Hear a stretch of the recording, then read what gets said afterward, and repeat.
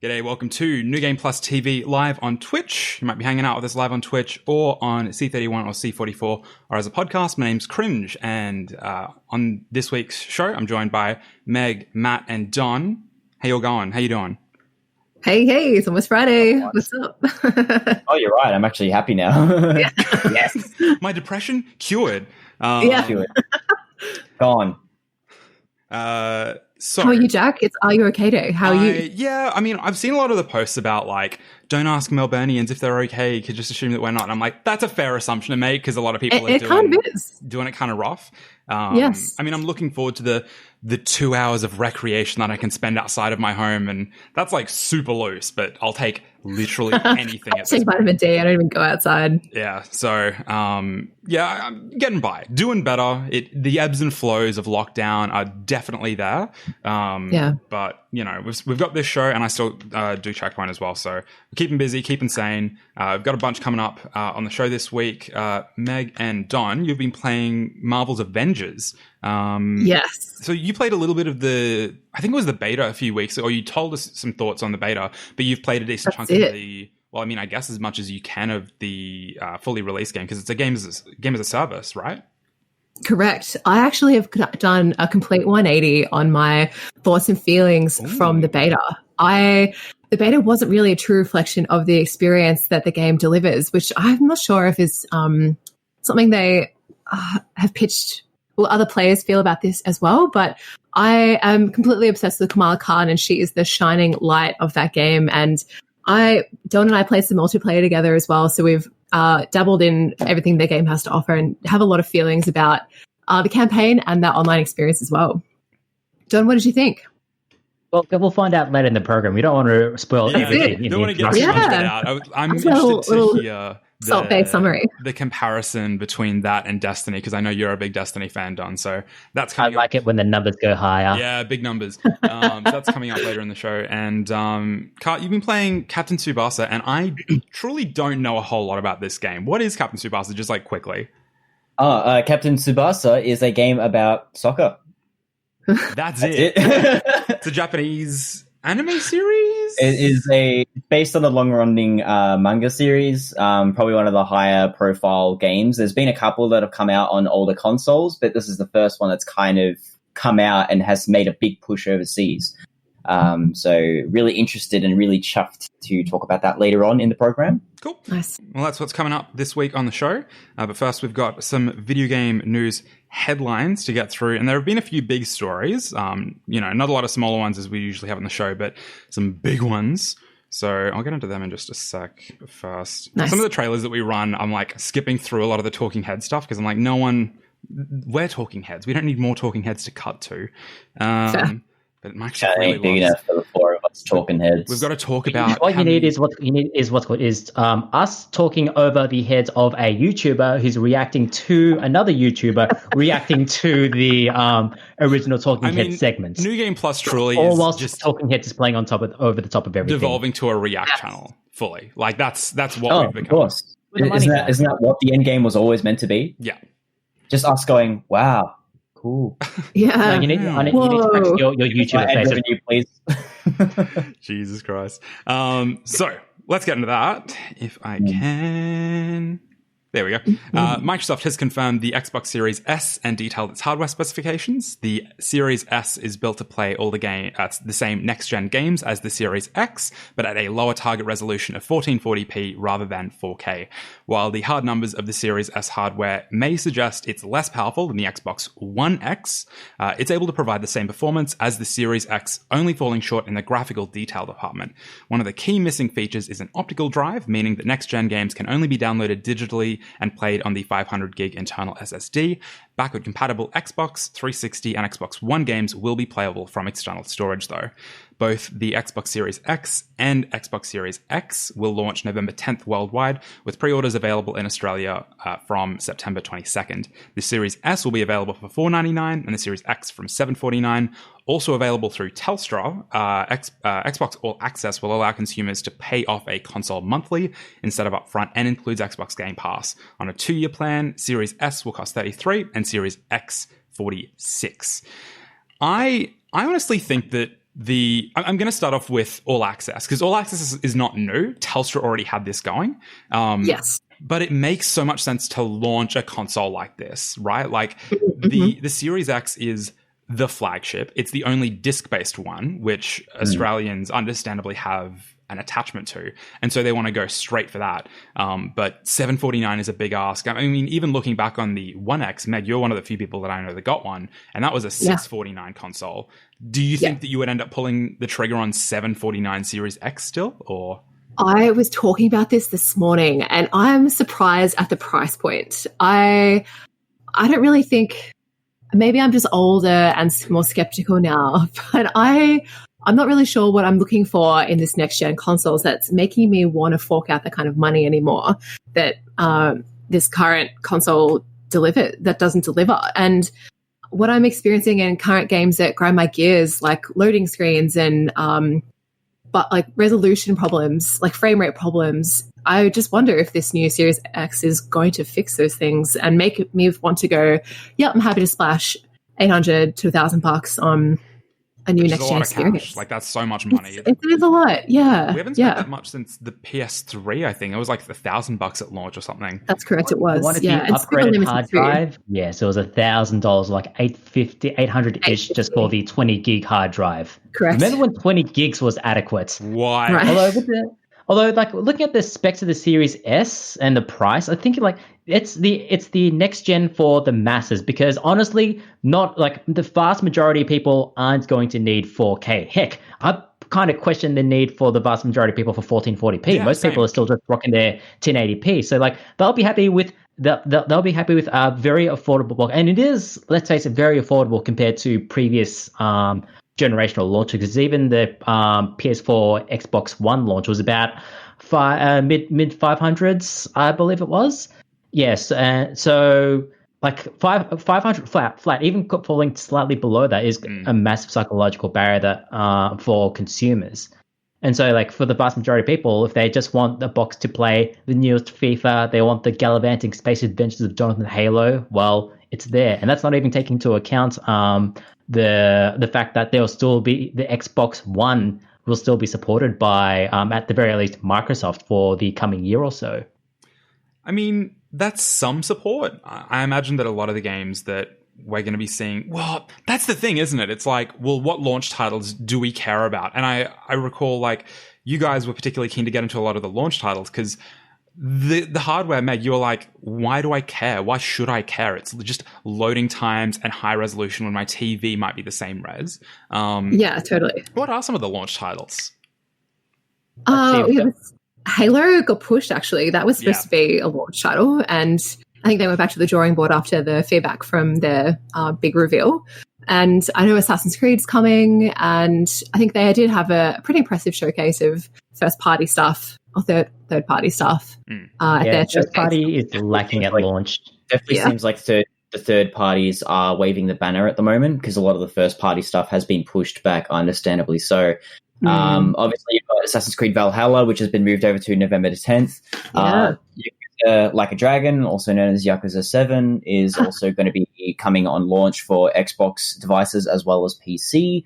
And I think there's a couple of other ones, like Cyberpunk's going to get the next gen iteration available for upgrade as well, and I think maybe Witcher 3 will be down the line, but I'm not too sure if it's a launch title. Skyrim eventually too. Let's face it. Yeah, but would you really buy Witcher 3? I mean, everyone who's wanted to play it has already played it. It's definitely going to be just Generations Skyrim Special Edition, where it's like, we get it. Everyone who's wanted to play it has played it, but, it prints money, so. Yeah. Fair. And also, some people who are playing Cyberpunk 2077 are also going to be kind of curious about the roots of CD Projekt Red, so I think that's their in. They're like, go to the back catalogue, play some of our other games, realize that some of them aren't really that good, but still, like, it's kind of a good case study into how good some studios can get over time. Yeah. So I think that's their approach. I'm really interested about the pre-order situation for this console and the limited stock numbers. I get that for PlayStation as well. And what I'm seeing, or what they've announced this morning, is that EB Games is doing an online-only pre-order. So you, obviously, in Melbourne here, all the shops are shut. Anyway, so we physically can't pop in. But you can do a physical pickup and you can trade in some bits to make it cheaper for yourself. Not that I'm doing a shameless plug or anything, but I was really curious about Sony doing like you can directly pre-order on their website, and I was just interested. Like that's the first time ever that. Oh, really? Like already? Yeah. Yeah, well, no, not already. Okay. There's rumors that it will be that way, and just really interested to see what the launch is like and how far stock goes, and what the dry spell will be like in 2021. Was it Sony or Microsoft that were playing up the idea of doing the Japanese style like lottery kuji system where they just like that was Sony rather. Indeed, like there was a chance of the chance of winning a pre-order or the ability to pre-order this console, and you're like. You're really like underestimating. We are taking some lessons from the sneakerhead industry, aren't we? Line up outside Culture Kings, get yourself a shiny new PS5. Yeah. You can't be that excited about that. I mean, the invite system worked great for OnePlus, didn't it? I mean, we were talking about. Sorry, go on. Series S seems like a pretty good middle ground for that, though. I mean, I guess for a 4K running on a 4K monitor, you need to have a monitor that supports it. Natively as well, but for most people who are playing on monitors, like I'm looking right at a 1440p 144 hertz refresh rate monitor, and I'm like, that is more than enough. That will last you for a fair few years, and especially if you're playing competitive games and stuff, you need to have a TV that has a really good refresh rate, and you'll find that a lot of these monitors, like I've got a Sony right here, a 4K television that still has like a refresh rate of like 50 to 60 hertz. Yeah. So it's like, it's slowly going to get to a point where it's going to be great, but like 4K for gaming at the moment, unless you've got a really good monitor and you're on a PC, it's still too early for it. You know what I mean? I totally agree with you, Matt. We were talking about Sony's response. So Sony still has not. I'm so sick of how coy they're being about like, oh, we're not going to raise the price. Like, you hang up first. Get it out. Well, Microsoft one's got leaked and they had to react, which was really it reacted well though. Like the social media response was really really well done. It's like, oh, they absolutely leaked it for themselves and then reacted to make themselves look good. Like that's a PR stunt. It almost felt controlled. I actually like couldn't care less. I loved it. Yeah, like they were in control of the narrative when they were posting like cheeky GIFs and stuff. Where they just like, oh, I guess we have to do it now. Like it would even make the Fine Brothers look at that and go, "Yeah, we can't sue them for this. This is too good." But now that we've got the prices for the Xbox Series S and X, I'm slowly adjusting to the names. The names were a real point of contention a few weeks ago. It still is to me. I call it Xbox Sex. Like it's seriously like so easy to ask. Xbox SEX. Yeah. If we can wrap our heads around iPhone, about mobile phone naming conventions, we can wrap our heads around this. Especially if we just default to calling this generation of Xboxes the series. I think we're pretty good because like as soon as the like day 2 of the release, the difference between S and X kind of falls away. You're just what's coming out on the Xbox Series, or hell, what's just coming out on the Xbox. Initially, I was like kind of apprehensive because I'm like, I really still want to call the Xbox the Xbone or the Xbox. Same. But then I'm like, oh, people can call it the Xbox X. And I'm like, that's fine. The innuendo's still there. I'm fine. I wonder if the marketing department had a really like long conversation about that. Like, can we keep the joke going? Can we? Yeah. I mean, my favorite was I reckon they'll. Sorry, Jack, you go. Oh, no, I was just going to say the Xbox One S All Digital Edition. It was the Xbox One Sad Edition. Yes. Sad Edition. That was my favorite. You could go with that, or you could go with the full smooth operating. Call it Xbox One Sade. Sade. Jesus Christ. Although, fun fact, apparently, we've been calling it the Boner, the Xbox Bone, the X-Bone for this entire generation. Apparently, when they announced the name, the Xbox One, they felt Microsoft really did not want you to call it the X-Bone. They apparently people internally felt bad that their console name had been reduced to X-Bone. Well, they can go have they can go have themselves a Susan album party if they want. They didn't do a focus group before deciding, surely. Yeah. Maybe we didn't think this through. Well, I didn't think a lot of things through about that console launch. Like Don Matrick, oof, what an experience. What do you mean? It's got TV and sports. What more could you want from a gaming console? And then he went to work at Zynga, and that went really well for him. The PS5's price hasn't been announced yet, and we were talking about this on the Discord server the other night, where I think, was it you or Jason first that said like 700 for discless, 800 for disc version of PS5, which is just like, that's such a premium. No. My guess is that, if I'm just using US prices as comparison here, the Xbox Series X will cost $500 US. Right. I imagine that the digital version of the PS5 will price match just because they have to, and then the disc full edition will maybe have like a $20 premium, so it'll be like $519 or $529 or something like that. So to go any further, but the PS5 at the launch, at least it seems to have much more of an established identity around what it wants to be, as opposed to Xbox, where the messaging is, you can buy a Series X, or you can just get Game Pass. You can continue your Xbox One or PC with Game Pass. We're happy taking your money either way. Is it a case of, with the PS5, with the discless and disc version, aside from the optical drive, is there any discernible difference between? No, there isn't the half step. There isn't the value version like there is with the Series S. I feel that Blu-ray drives, particularly read-only Blu-ray drives, are a lot cheaper than people think they are, especially it being, for almost 15 years in production. So I think that Sony will still bump up the price as well, because some of their specs are actually a bit larger than the Xbox, so it necessitates them like asking for a bit more money. I think, for example, it has more SSD storage space, or like the SSD that they're using has more storage space than the Series S. Oh, than the S, yeah. So it's a 1 terabyte on the PS5 and Xbox I think, Series X, but then only 500 on the S. And I think more RAM too. So the Series X, it has 12 gig of DDR5 RAM. And I think it wasn't the PlayStation 5 touting 16 gig, or did I read that in a... I feel like the X has 16 as well. Okay. Like I think that, plus also like the PS5 has highly touted proprietary SSD technology to ensure that loading times are instantaneous. That you can jump from Ratchet and Clank Universe to Ratchet and Clank Universe in a single frame. Yeah, I'm calling bullshit on that, because every single time Sony tries to go with proprietary nonsense, it always ends up terribly. Remember the memory stick? I didn't, or I'd like to figure it out. The PSP's Memory Stick Pro Duo was not the worst. It was bad. It wasn't the worst, but Vita's memory cards are the fucking worst. I just wish, like, Xbox, Microsoft tried that with the Xbox 360 storage, and people backflipped on it really hard. And then Sony, in a moment of clarity, ended up going with SATA hard drives instead, so you can just hot swap as you go. And then, after the 360, Microsoft just never looked back. They're just like, you can just stick in whatever hard drive you want, no problems. Yeah, they're taking a step back for this one. You can only use proprietary external storage. It seems, if you want to expand your storage for the Xbox Series. If you want to install, if you have a Series S, and if you want to install games other than Call of Duty and one other. That actually triggers me to no end. Like, that'd be the only reason why, like a huge reason why I would upgrade, is because I wouldn't have to be concerned or worried about storage anymore. And this is just not the case. 500 gig SSD, please. Just have a hard drive just dedicated to Call of Duty patches and call it a day, and I think it'll be fine.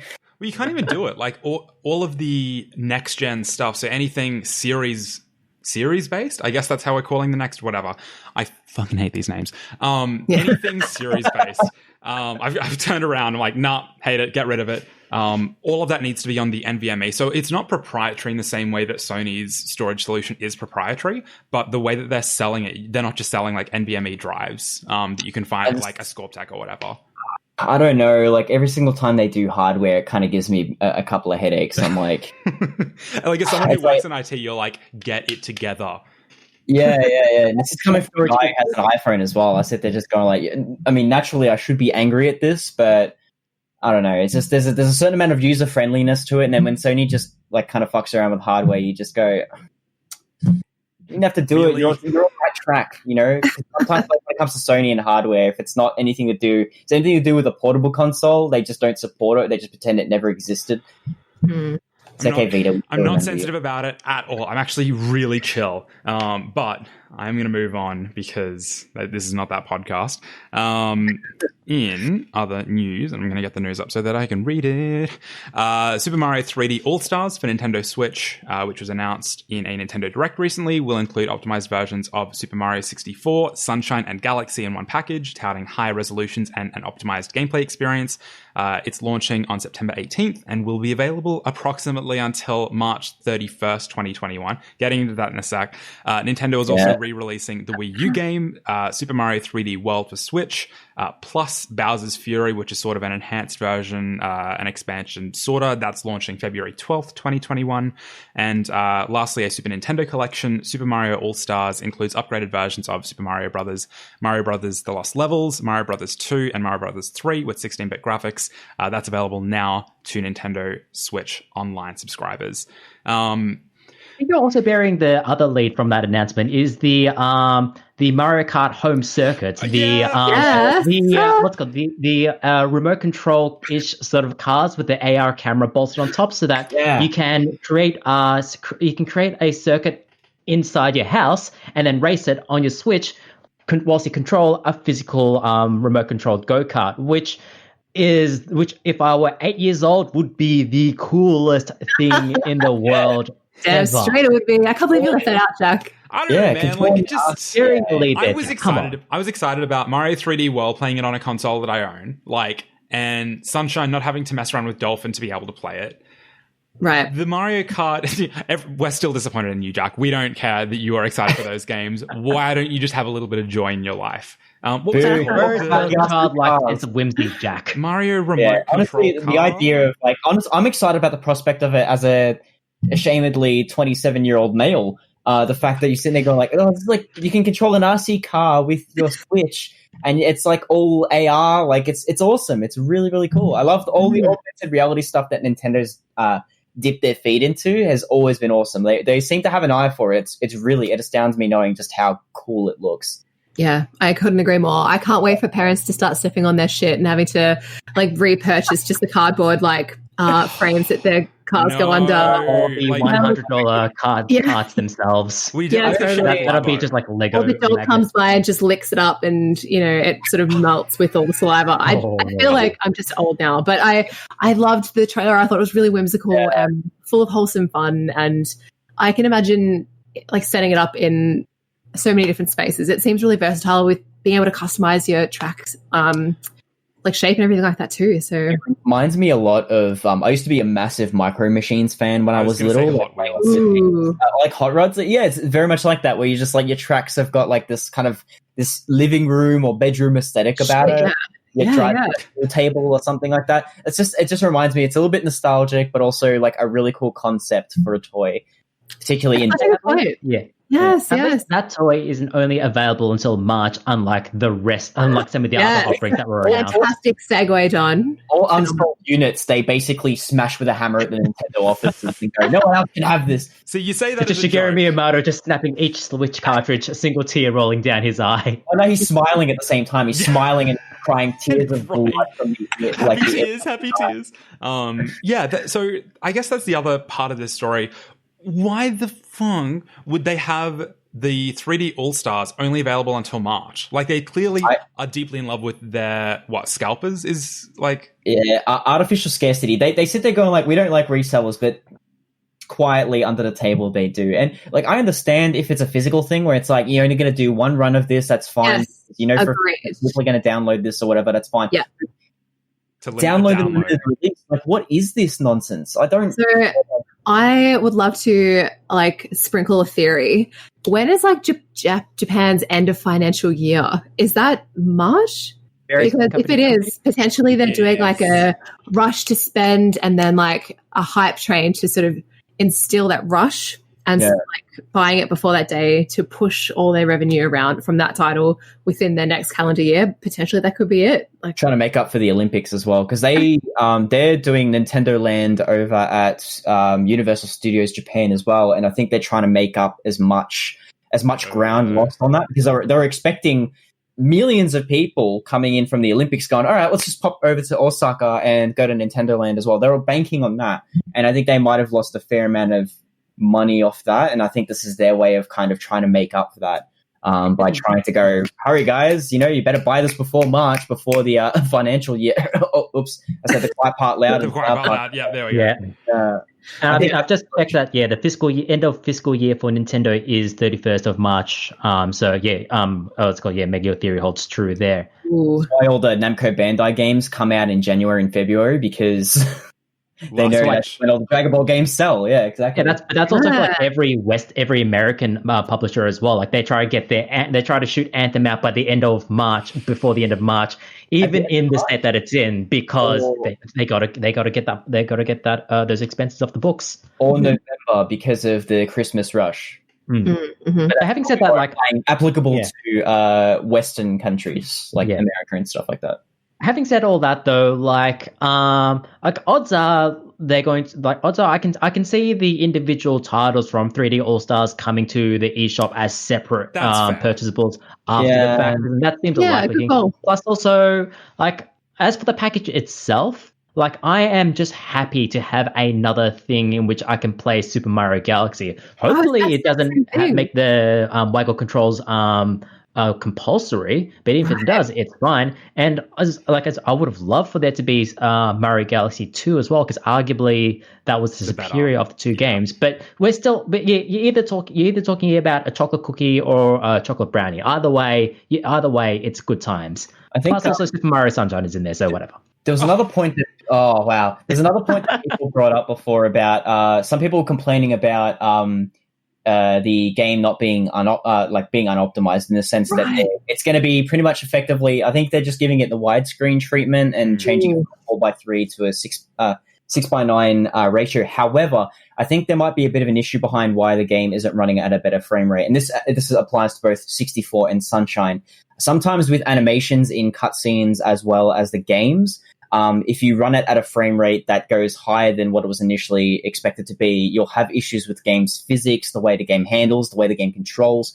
I remember there was like a demo that got released for Yakuza 3 Remastered, and all the characters in the background, I think they ended up fixing it in a patch or something, but all the characters in the background were like doubling their walking pace, almost as if they were running in like fast motion, like they were characters in The Sims by pressing fast forward.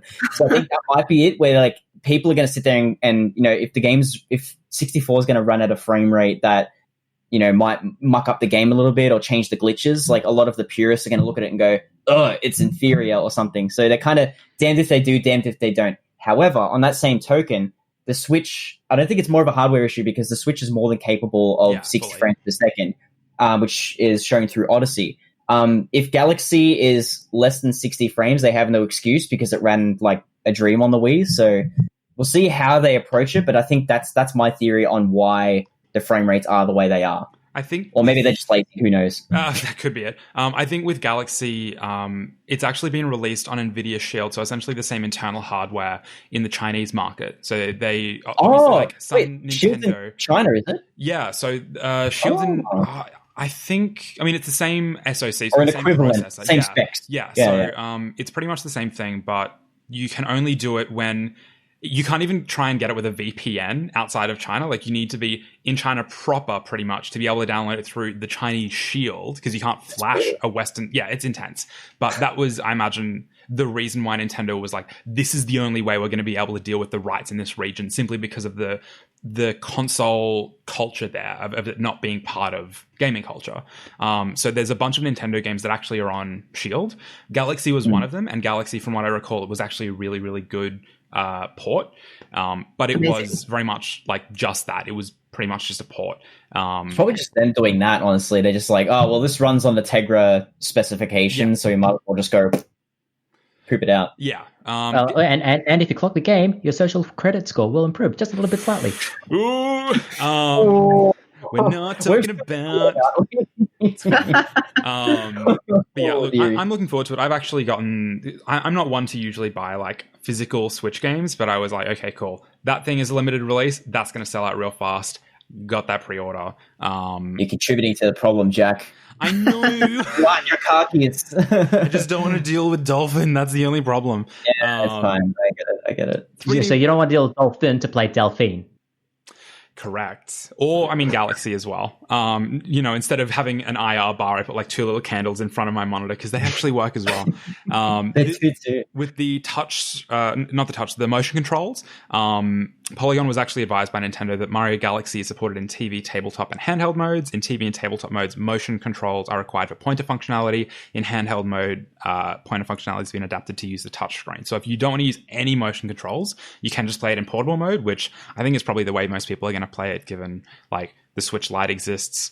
People don't want to use their TVs, or their significant other use the TV. Normally, yes. Like 90% of my Switch time is in portable handheld mode. But for a game as luscious as Super Mario Galaxy, I kind of want all of that in my face and business. Yeah, or at least the choice. TV. Yeah, you're right. I mean, it still works fine. Like the pointer in Captain Toad Treasure Tracker, which I will bring up at every opportunity that I possibly can. That pointer is not that bad. It's not the best, but it's fine. Because obviously you don't have the pointing system is different. It uses the gyro instead. So I think it's fine. Are any of you actually going to pick up the 3D collection, or are you just going to I don't care? I've got plenty of other... I've got a big list of backlog, to be honest. Yeah, that's fair as well. Don, you buy said more you games. play Galaxy. Yeah. What about your backlog? I'll do as most people will do. I'll buy the game, in my case digitally, because I've embraced the old digital future for my Switch. I'll give every game maybe 5-10 minutes. These are games, and then get distracted by whatever else I'm playing, like Destiny or Hades or whatever. Mm-hmm. No, I vibe that Don for sure. Need to play Hades. Cool. Last story of the week. Assassin's Creed Valhalla will be released on November 10th, pushed up from its original November 17th release date to align with the launch of Microsoft's Series X and Series S. Ubisoft announced the date change following Microsoft's announcement on its next-gen consoles. Build the legend of a Viking raid on any console. Upgrade from Xbox One to Xbox Series X at no additional cost.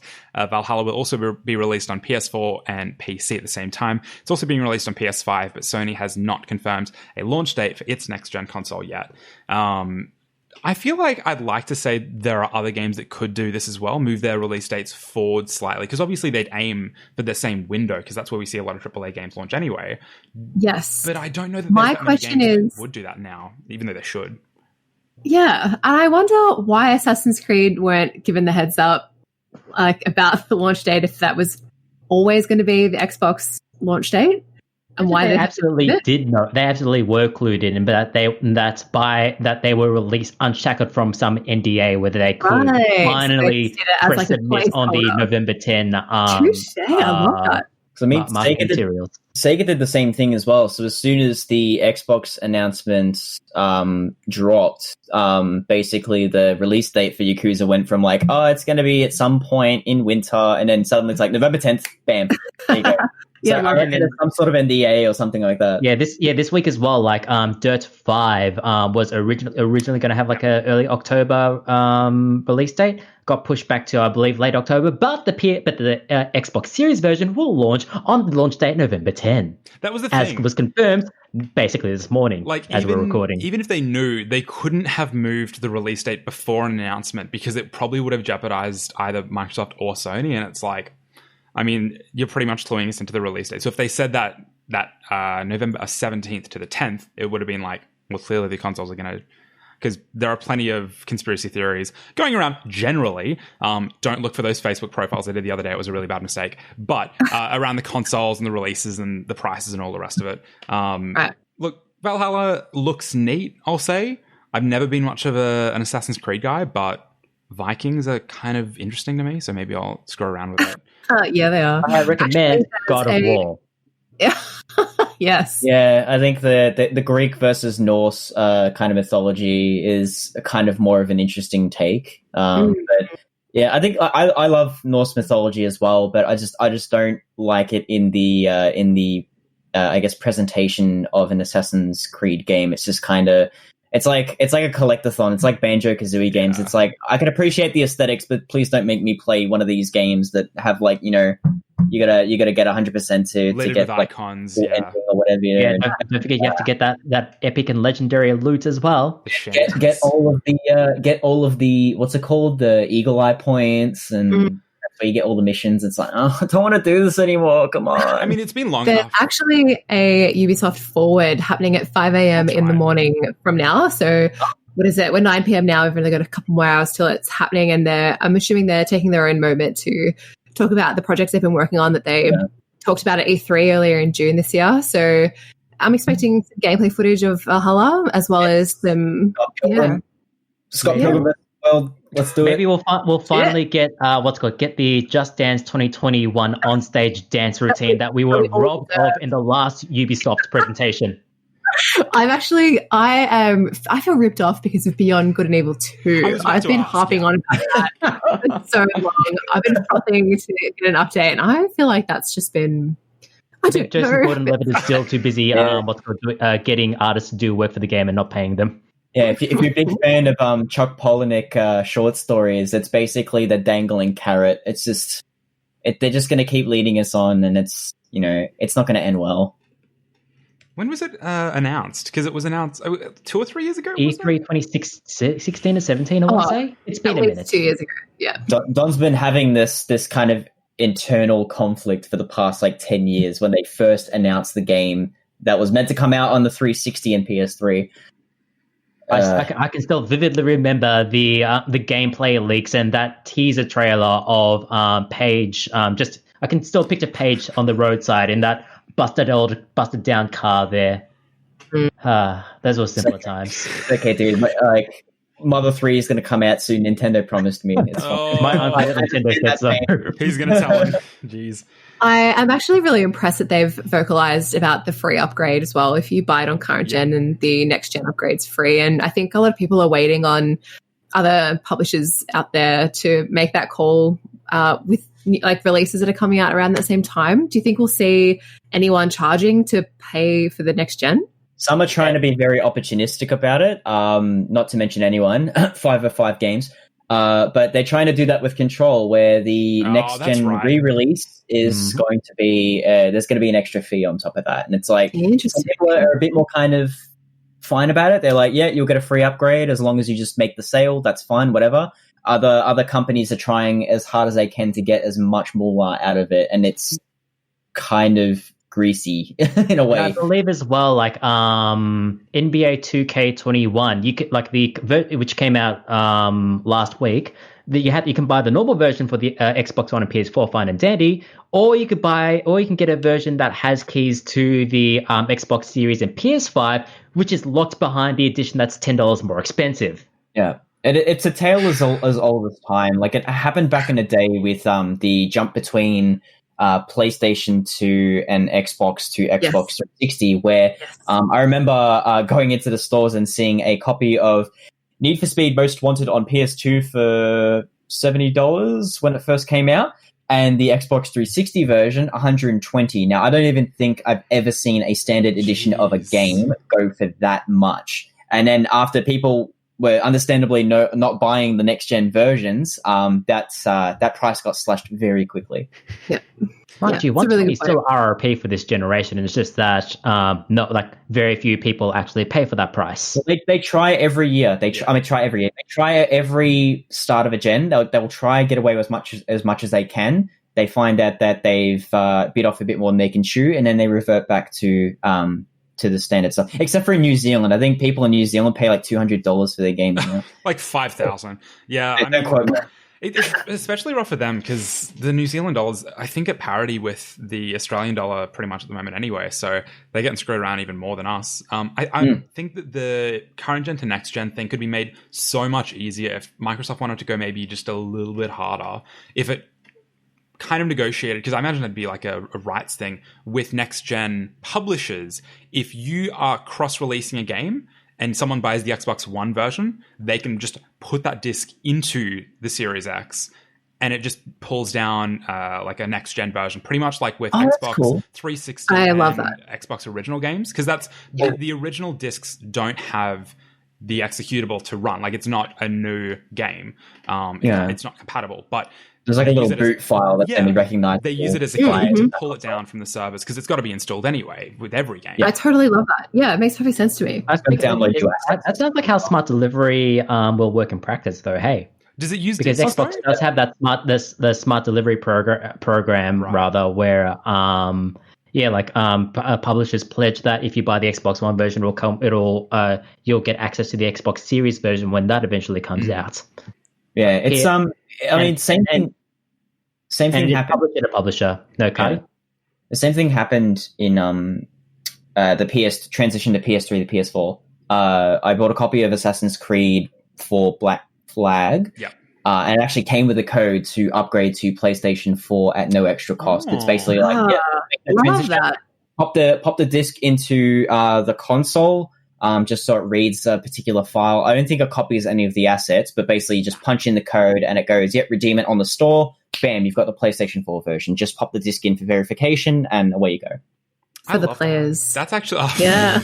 They were. Maybe not so much now. They used to be cool, and now they're back to their PlayStation 3 branded hubris again. Yeah. I mean, I don't know if you've heard Jason rant about how much Sony's full of those film schmucks. So yeah, we've heard. Fortunately, that's the most we'll have to hear this week. Stick with us on New Game Plus. We've got more gaming goodness coming up in just a sec. You're back with us here on New Game Plus TV, live on Twitch. Might be hanging out with us on C31, C44 as a podcast. And I can't stress enough how much I love OBS. My name's Cringe, and I'm here with Meg, Matt, and Don. And Matt, Kart, we go back and forth on our real and fake names. I don't even care anymore. It's fine. That's not even my real name. You don't know who I am. Kart, you've been playing Captain Tsubasa. This is an anime tie-in soccer game. That's all I know about it. No, that's fine. That's all you need to know. So, Captain Tsubasa: Rise of New Champions is the latest in a series of games on the basically adaptations of the long-running sports manga. It features basically a ragtag team of soccer players from all sorts and walks of life, from various middle schools in Japan, soccer clubs in Japan, and they eventually go on to represent Japan on the world stage and start playing against many other soccer teams around the world, like Germany, Brazil, and stuff like that. So it's a game that's pretty much very honestly an arcade soccer game. So for a lot of people who played a lot of soccer games in the past, like Actua Soccer, Virtua Striker, Red Card, Sega Soccer Slam, it kind of feels very much in the line of that, of like really just really bombastic soccer with really easy to pick up mechanics, but also incredibly hard to master. But it's a very satisfying game overall in terms of authenticity and also in terms of just general enjoyability. So the story around Captain Tsubasa, obviously that it's an anime series. Are they pulling from the anime series, or are they making a separate story, or are they kind of linking in? Where does that sort of fit into the already existing canon? Well, you just made a lot of manga readers upset. I mean, there is like a couple of like anime style scenes that are based off like some of the adaptations and OVAs and stuff, but it does follow the arcs of the initial manga in the sense that the under-17 Japan like school championships, where all the middle schools kind of battle against each other to win championships for like prodigy players and stuff like that, and all the captains are all just like, some of these people like, we're going to go dominate the field of Japan. And Captain Tsubasa himself eventually goes to Brazil to train as a better player, to learn a lot of the secrets of some of the other soccer teams, and then bring that over to do Japanese soccer proud. So that's basically the gist of it. So in the story mode in the game, there's actually two different arcs. So the first one concerns the whole coverage of the under-17 World Championships, where you play against all the different major teams in Japan.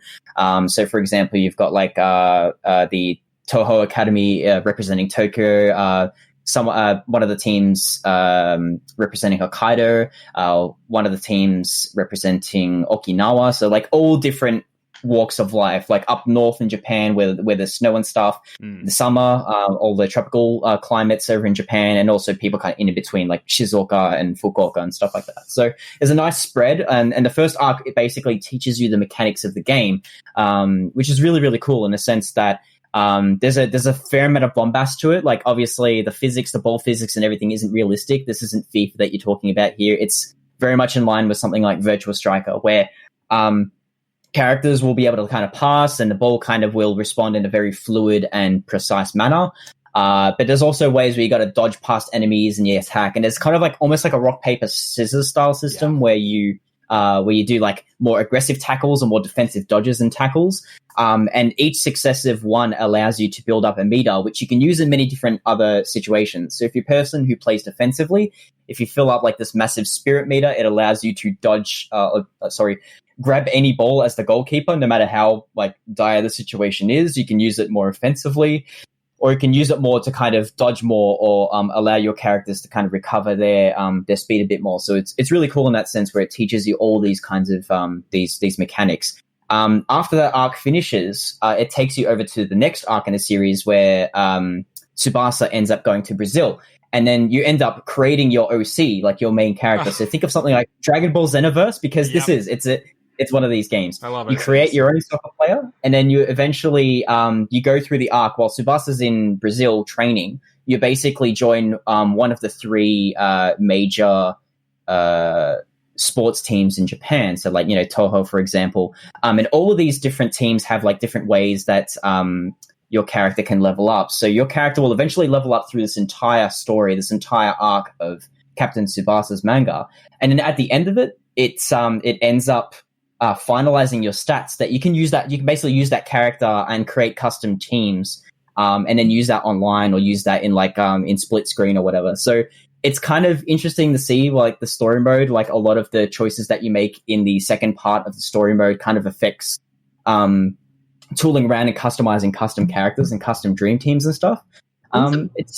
It's pretty cool. It's a pretty cool all-rounded experience. In terms of modes, like compared to other soccer games or arcade games, like I wish the story mode was a bit more kind of fleshed out in terms of having like a coach manager's mode or something. But honestly, it's kind of a different spin on things where like you can definitely feel that as you level up your character, you can feel them getting better at maintaining their stamina. You can feel them getting better at shooting. You can feel them getting better at passing and stuff like that. So it's a really interesting way of doing it. And honestly, the game as a whole, in terms of just the content and stuff like that, really kind of exceeded my expectations. So I guess you mentioned the two sort of main story arcs there that, I apologize, come from the manga, not the anime. That was my bad. I'll cop that. That's okay. I just wanted to make fun. I mean, soccer is a team sport. I don't know if this is news to anyone, as someone who has a 0 level rating on sport, but Captain Tsubasa is obviously a character's name.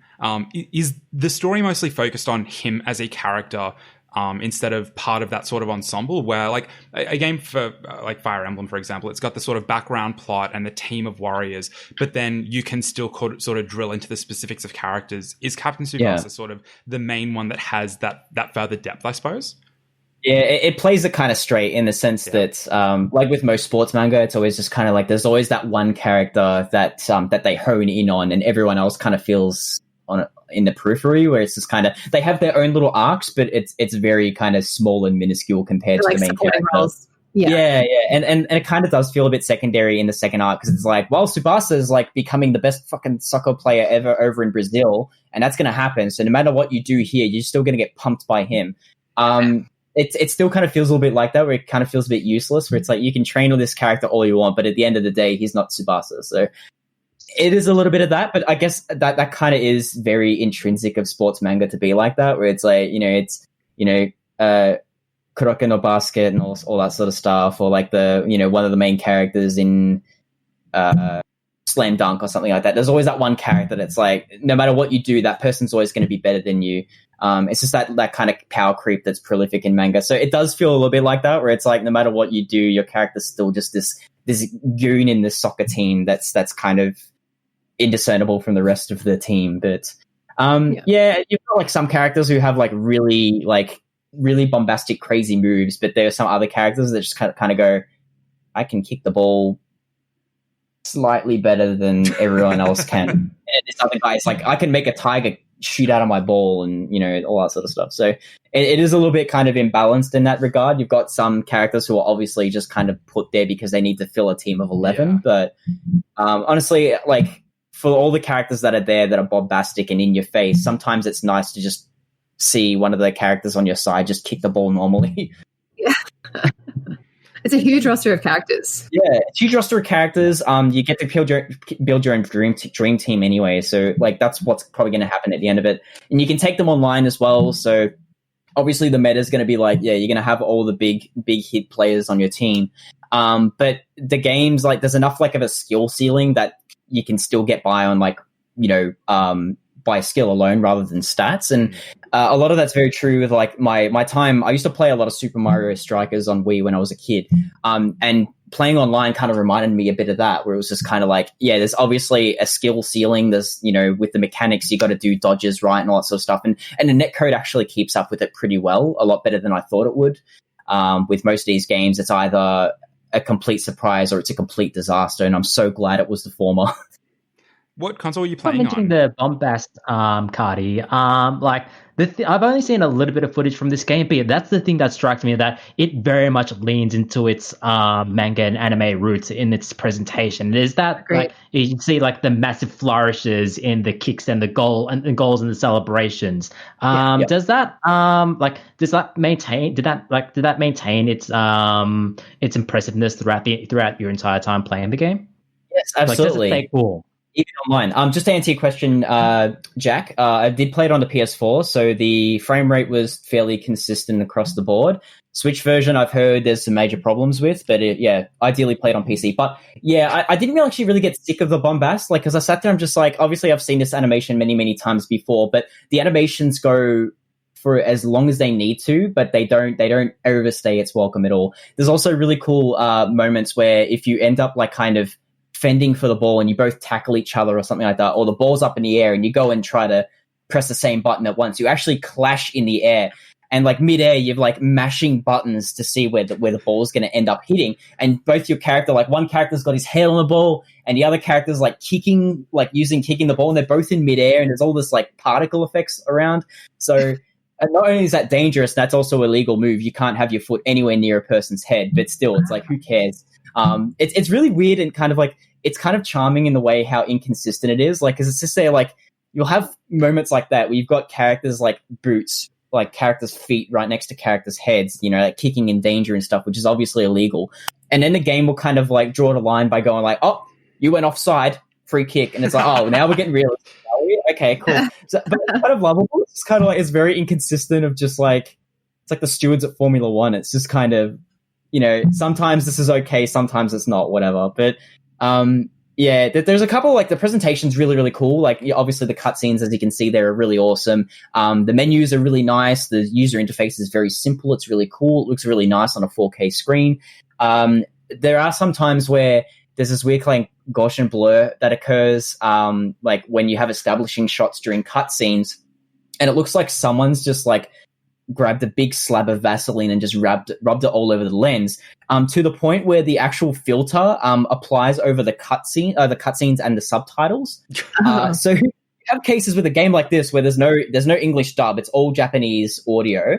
You have Japanese audio tracks, and then sometimes you'll see the subtitles, and you hear this really excited Japanese announcer going off about like these two gargantuan soccer teams going off at each other, and you're like, wow, this is awesome. Too bad I can't understand any of it at all. I mean, I'm okay at reading and listening to Japanese, but sometimes like in certain dialect and stuff like that, and then you just see the subtitles are a blurry mess, and you're like, I didn't think that was meant to happen. But like tiny blemishes, the game looks pretty good.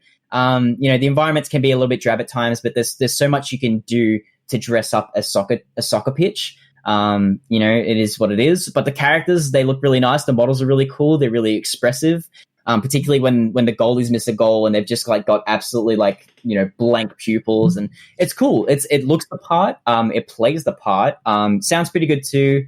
There's not really much I can fault by it. I was just genuinely surprised about the quality of the game, considering I did a deep dive into the developer, Tamsoft, and they were the developers behind Battle Arena Toshinden, which is an old fighting game series that looked pretty good. they're kind of played like garbage. But it's really interesting to see how far they've come, and they've actually output a game that's really nice to play and really nice to watch. Cool. So Captain Tsubasa, that one is called Rise of New Champions, is out on PS4, Switch, and PC. Is that all? Yeah, Switch, PS4, PC. That's about it. Go give it a crack. It's awesome. No Xbone, but I feel like, you kind of sign up for that when you get an Xbox, no Japanese games. Except Yakuza, as it turns out. Cool. Stick with us here on New Game Plus. We've got more video game goodness coming up in just a little bit. You're hanging out with us here on New Game Plus TV, live on Twitch. You might be hanging out with us on C31, C44, or as a podcast. My name is Cringe. I'm here with Meg, Kart, and Don. Meg and Don, you've been playing Marvels Avengers, which, Meg, I recall you were very excited for because you love Kamala Khan and you were very hyped for it at PAX. And Don, you were excited about it because number go up. Let's address the story part first. Absolutely. Meg, what is Marvel Avengers? Where is the story? Who are we dealing with? What's going on? Right. So Marvel Avengers is developed by Crystal Dynamics and published by Square Enix, for those out there that didn't know. And I guess we've all seen the trailers and the pre-release demo set on that famous bridge of the disastrous A-Day event at Stark Tower, where the Avengers try and save the city, and in the process, Captain America seemingly dies. And the Terrigen Crystal is destroyed, which actually releases all this Terrigen mist and infects a lot of the humans and causes fresh mutations and new superpowers in normies, basically. But it's actually impacts Kamala Khan, and that's like her origin story, basically, of how she turns into Miss Marvel. And it's really exciting because along the journey of her 5 years later, she actually discovers a clue to what the incident happened on that day, and in hopes of reuniting the Avengers to fight against AIM, who want to forcibly cure the Inhumans of their superpowers, aka a disease, and which they caught from the Terrigen Mist. It unravels from there. I will not talk about the plot in any more depth because that's the best part about the rest of the unraveling of I feel like there was like 5 chapters, like the way it was paced. And I think what my expectations was that I had low expectations for the story because I wanted to be really impressed. I was hoping for that wow moment and everything like that. And to be honest, I'm going to sidebar with you. I really wanted another Spider-Man game, that type of formula that really heavily leaned into character development, giving all the Avengers a really strong story arc and a critical moment where they impacted on the major narrative around that. And to be honest, I didn't get that at all, which really broke my heart. And I knew, but the thing is, like, they didn't ever promise that they would deliver that. I just sort of set my hopes to that level, and it wasn't. Spider-Man set the hopes that Spider-Man set the bar that high, and so that's to right. go from Spider-Man to, I don't know if we've had another superhero game between then and now. That's I'm going to say PS4. We've had Marvel Ultimate Alliance 3, but that was on the Switch. Yeah, definitely not comparable. And two big things I was worried that would impact my enjoyment of the campaign is, one, voice actors not being the famous people that we've seen in all those movies over the last 10 years, as well as their character models not being the same, looking like Scarlett Johansson and Chris Hemsworth. But to be totally... Yeah, stunt doubles. But to be totally fair, it was actually really it didn't impact me whatsoever. And I'm going to do a big name drop with people like Nolan North doing Iron Man, who totally carried that character through the whole game. Incredible. So he is famous for Nathan Drake's Uncharted. Laura Bailey, who's actually Black Widow, and she was obviously Abby in The Last of Us 2. So, but what I really wanted to call out was Kamala Khan, who is actually the shining light of this game. Her cheeky teenager demeanor is really, really like the comic relief of she really ties all the characters together who have got some like grudges against like what happened on that day. And she is such an important part of the entire narrative, which I was really, really pleased about. And her voice is done by Sandra Sard, who actually has done heaps of video game acting like Call of Duty Modern Warfare and Elder Scrolls as well. So keep your eyes peeled for that incredible talent, which I absolutely loved. So yeah. So how done. Yeah. That was the plot, though. Like, the gameplay of the single-player stuff, because we're going to get to the games as a service stuff, the multiplayer stuff. Absolutely, yes. That's a big chat. The single-player campaign, has gameplay as a video game, which is a mental concept to me. Is the progression there, like, I guess the point that I'm concerned about is, does the single-player campaign gameplay feel like it's just games as a service applied to a single-player game? Yep, that's absolutely fair to say. And I guess the way it's broken down is, we'll talk about it further in more detail with Don, but as you play as each Avenger, they all get their time to shine, which I was really, really pleased about.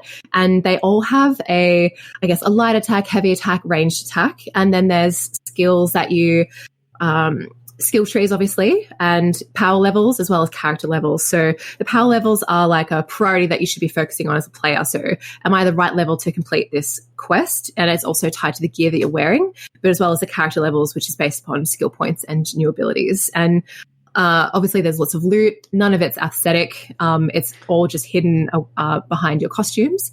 And I suppose I felt like a lot of the levels at the very beginning that sort of train you how to play the game were purpose built for those characters, so they could really showcase just how unique they all feel to play. And I really, really loved how they put so much energy into really perfecting how each character plays, and it was really, really, really fun. So I really, really like the general combat around it, and the way that you can like upskill and get used to the favorite characters. Like, I spent as much time with Kamala Khan as I could. Love her fisticuffs. I'm obsessed with her. You can train in what they call the harm room. So they're just like waves and hordes of robots to practice your combos and your dodging and your parrying and everything like that. So there's lots to digest if you're into that kind of combat. Just to answer the question on like the games as whether the games as a service forces its way into the single player, it's there, as Meg said, you are collecting loot, you are increasing your power level, which makes you big stronger. But having said that, you can play through the campaign and not necessarily have to worry about anything other than number go higher, and you get enough power throughout the course of the campaign's missions that you don't have to worry about grinding for loot or there's one mission instance where you're roadblocked by a fetch quest, basically, but you can complete that fairly quickly in one or two side missions and then progress the rest of the way through the campaign. Totally fair to say. Yeah, yes. Thankfully, you don't have to, like, if you don't care about about leveling up your character, about getting the best loot and gear possible, then you can still just take Avengers as a, let's say, 8 to 12 hour long campaign. And yeah, like as Meg said, the story is surprisingly good, and Kamala Khan is definitely the emotional heart that saves the entire game. Mm-hmm. You're playing as Kamala Khan, I imagine, a lot. Are you kicked onto other characters depending on mission? Like, are you forced to play certain characters for much of the game, or is that just sort of like brief interludes where it's like, oh, I can't play as Kamala Khan in this mission? How does that sort of work? They do kick you onto certain characters for specific chapters, but it does give you the opportunity to swap out and play whoever you prefer. But I think the way they kick you on is they suggest this character is perfect for this mission, but otherwise, if you wanted to try something else, you certainly can. Yeah. Cool. So the story, the campaign, that is one part of it. And I'll ask for the conclusion, I guess, or the roundup of the feelings on the campaign in a bit. But you bet. Don, you love Number Go Up. And as a Destiny fan, there is no other game I can think of that is Number Go Up as much as Destiny. No, yeah, like they have tried so, like in the lead up to this game, almost to the detriment of the plot, which is why it's such a big surprise to everyone. They have leaned heavily on the games as a service element, the fact of adding additional content over the coming months and years. Indeed, like in the coming months, we're going to have both versions of arrow shooting guy, whose name I'm blanking on, Hawkeye, as is coming soon, as well as Spider-Man, exclusive to PlayStation 4. Yes. And as well as future story content. But amongst all of that, you will be you'll be completing side missions. You'll be collecting bigger and better gear for your character to eventually hit the the power cap of 150, I want to say, and to perform and to do all the end gamey sort of stuff there. The actual whether the actual systems are there or whether the grind itself is fun, I have my severe doubts at launch. Dylan, can I ask you a question about your experience on multiplayer? It's obviously a 4-player co-op, but did you have to matchmake with any randos, or were you playing with AI? I have so the AI is surprisingly competent. Like after it's competent enough to carry you through the campaign, and like that gets you up to power 20 out of 150. I'm currently power level 60, 70 with Black Widow. And throughout the entire time, I've been able to go through the missions with 3 other AI heroes. Not that I have any choice though, because in the opening week, matchmaking has pretty much with randos for the side missions has pretty much been non-existent. Indeed, it is one of many issues and bugs. One of the many issues and bugs that have been plaguing this game at launch. Like both Meg and I have experienced like various glitches throughout our time, both in the campaign and in the side stuff. Ranging from like annoying audio skipping to actual enemies falling through, the key enemies going through the geometry and not being able to complete, forcing a restart. The nasty frame rate issues when all the Avengers are on a screen and they're all doing incredible attacks with all the robots also shooting their lasers at you. The frame rates the plague the game as in multiplayer as well as the campaign a lot. And you're playing on a PS4 as well, aren't you, Meg? Yeah, I was playing on a PS4 Pro rather. Exceptionally shocking. So, preface our review in general, when we do conclude it in a later part here, it is really early to tell. And I think as games as a service, things like Sea of Thieves that are ongoing and have polished all these problems up in overdue course, I think it's important to note that as well.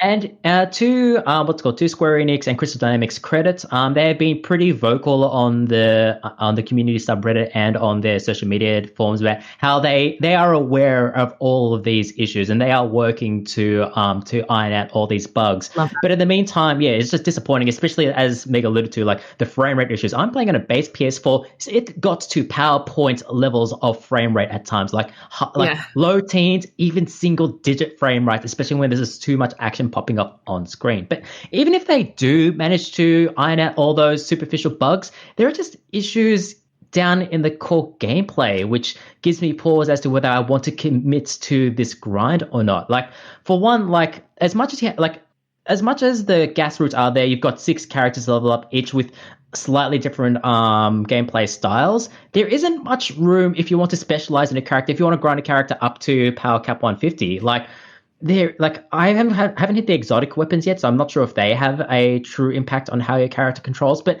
that between Go and 150, there isn't that much variety in how your character plays, as opposed to something like, say, Destiny, where even just changing your gun changes things drastically. And not to mention, there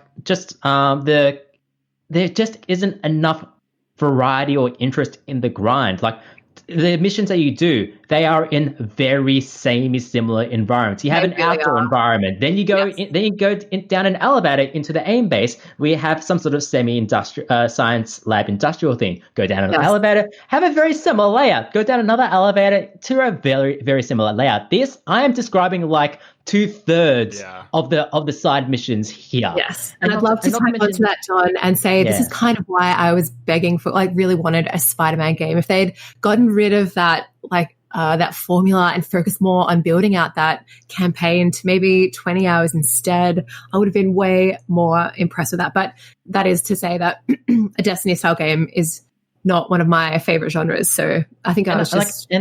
There is potential here for a good Destiny style game. Like I said, you've got 6 characters that you could potentially level up and switch pretty much on the fly, which the treadmill is there, and I did feel good seeing the numbers go higher. But then again, I'm a very simple and easy to amuse person. But even then, the grind here, it just doesn't seem as fulfilling. Even in the moment-to-moment gameplay, I wasn't as much of a fan of the combat as Meg was during the review, especially when you get to the higher level situations when it just becomes a crapshoot. There are too many enemies on screen, which is not helped particularly by the frame rate, where you kind of just have to mash square and hope that some drone off screen doesn't range fire you into a situation where you get stunned locked to death, because that's the thing that happens. Like even though you're controlling a gosh darn superhero, this game has made me feel the least superhero-y than I've had in many other games this year, just because your character is so squishy. Not to mention there's some interesting decisions in that you don't have regenerating health. Instead, you have to rely on either completing counters to increase your health or to find health packs around. However, there just isn't enough situations where this is possible. Health drops around combat situations are few and far between, and even then, like even some peon can take like a third of your health, even though you are the gosh darn Iron Man. Ugh. Yes. Yeah, it's a bit kind of weird seeing that when that happens, where you see just like someone like Iron Man or like Captain America just get completely owned by this like little grunt robot. Like you can understand someone like Hawkeye or whatever, like just getting caught up in the mix. But yeah, seeing someone like an old god of Asgard or something like that, just like, you know, get zooped by a tiny little like robot laser, just seems a little bit weird and inconsistent. Don, I wanted to pick your brains about the microtransactions in the game. Did you find them intrusive or even notice them at all when you were playing? Because there was a lot of ho-hum around this topic and how intrusive it would be in, I guess, the ability to play the game properly. There doesn't seem to be any barriers to gameplay that are tied to microtransactions. Like I said, like a lot of the characters and the future story content is becoming free. All the microtransactions come in the form of cosmetics. So nameplates, emotes, and character skins. But the thing, and not to mention, like every character as well has a character card, which we can level up and earn more costumes, emotes, that sort of thing. Each of the 6 characters within the game comes with a free character card, so you can complete assess assignments, level them to for free. However, all the future characters that are coming, so all the Hawkeyes, you will have to pay for their character card. I didn't find the microtransaction to be obtrusive. The game didn't seem particularly thirsty in trying to eke out your money. But at the same time, though, I don't want to engage with them because the emotes in particular, just the emotes and the costumes, they just seemed so boring. Like compared to something like, say, again, Destiny is the gold standard for this sort of thing, where you have very out there emotes. Like you have a table flip emote, you have here, look at my chicken emote, and the cosmetics you can get as well. Like you can tell just by looking in the far distance that someone has a really cool piece of costume. In this game, though, the costumes tend to lean towards more civilian version of superhero, like particularly with Black Widow, who I've been manning. All of her legendary costumes are just her in disguise mode, which isn't particularly visual. It's not interesting. And again, the emotes, you get her paid emotes aren't that flash either. So there was like the microtransactions, thankfully, are kind of off to the side, but it just doesn't seem worth engaging with either, even if you do want to spend some money on blinging out your character.